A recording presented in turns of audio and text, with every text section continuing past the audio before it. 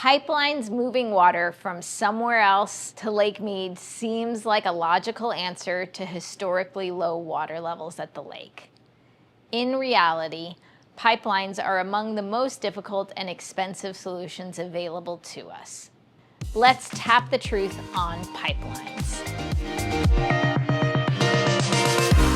So when we talk about importing water from other places, we often hear things like the Mississippi River or the Columbia River.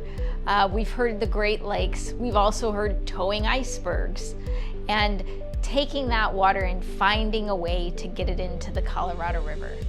While we do see this happen with electricity, oil, natural gas, those pipelines are generally under a federal system where the federal government controls the permitting and the regulation of those resources. That's not really the same with water. Water is mostly controlled by state laws, and where water resources are shared, there's interstate compacts in place that control how the states will work together to manage that resource. So for me to go to the Mississippi River, I would have to get all of the water users on the Mississippi River to have some buy-in. And then we would also have to have some buy-in from every single state that we pass that pipeline across. There would be water quality issues because the water quality on the Mississippi River is significantly different than the water quality on the Colorado. The species that are on the Mississippi River might eat the species that are on the Colorado River. And while we look at the Mississippi River and see abundance, they are also experiencing the impacts of climate change. I'd encourage you to go on our friend Google and look. We've had issues with navigation on the Mississippi River because of record low flows. We've had water quality issues along the river.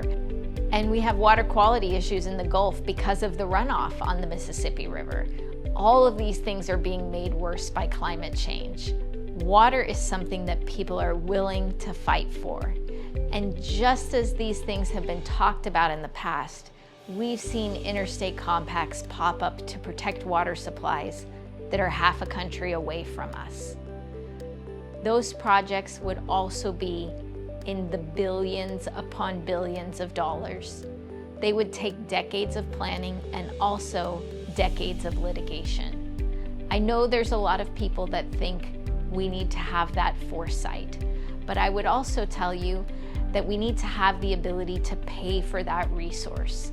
When we look at the Colorado River, well over 70% of the water used on the Colorado River is agriculture. Agriculture cannot pay for the cost of those types of imported water supplies, which means they would be sitting wholly on the municipalities. And once you start having water supplies that are that expensive, there's a lot of other things in the portfolio that are local that make more sense and are much more certain for our communities' near-term water needs as well as their long-term water needs.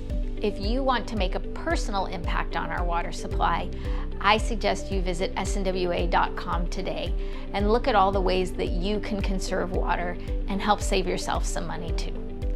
And that's the truth concerning pipelines to Lake Mead. We've got several other videos about the biggest water myths in Southern Nevada that you might be interested in learning about. To see them, just click on this link right here.